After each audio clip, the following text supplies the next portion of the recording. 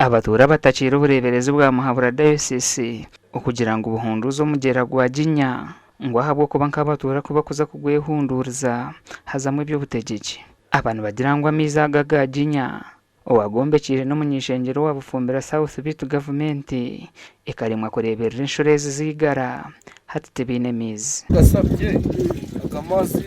wenda sama tuyambye akayavugururaga gaterera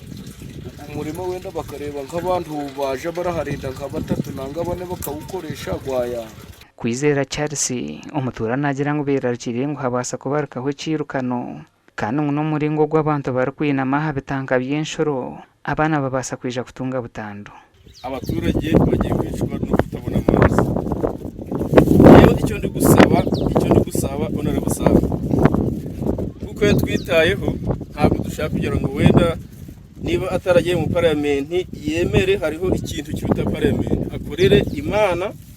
kuko ndi kubona gukorera abantu byo biruhije Teddy Nkurikiye na Janet Irakundana bajumerera b'ibyo butegeki abaremerwe kufaha mbereho y'abantu bakahungira mu za fundraising ez'amaramizo Icyo bafatana kubona hano baravomaga neza aha hasa neza none ubu turi kubura amazi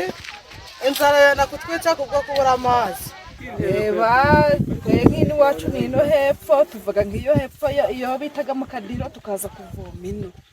none mazima kaba bategetse baturi gutora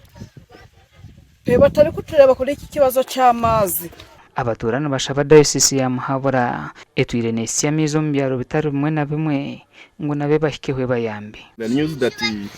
the Diocese of Muhabura is trying to help people who are living without water through building tanks.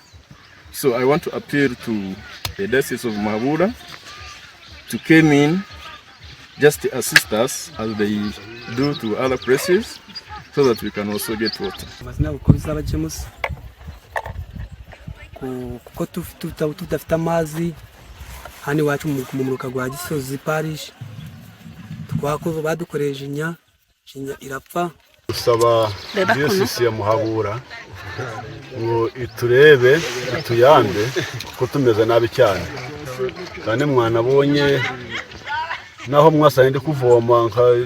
byabishanye byabere mu mazi. Abel Bizimana mukuru w'intebe ya katana habwa district ya Kisoro nagira ngo kiremisa abatura kutunga amizi n'ubutegeki bubi bwa Kisoro ubagumize ngo mbwirebwe cyanda abantu nibamaganira habiduba hamwe n'inyamishwa n'amatungo akaburi cyo kunywa nayo kayajanayo ugasanga abantu n'amatungo bari gukomatira kutuzi dukeya turi kuboneka muri Jinya. Rero hajemo na politics. Buri umuntu wese ashaka gusubiza ikibazo cy'amazi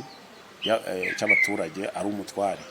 Buri muntu wese akajana science ye umwishitse ubundi dashitse ariko science ishitse niyi. Bizimana nagira ngo amagomboro hagati y'imizi n'ubucimbiri Nyarusiza Muramba hamwe na Nkuringo gasha kwa keta tuzarirwe.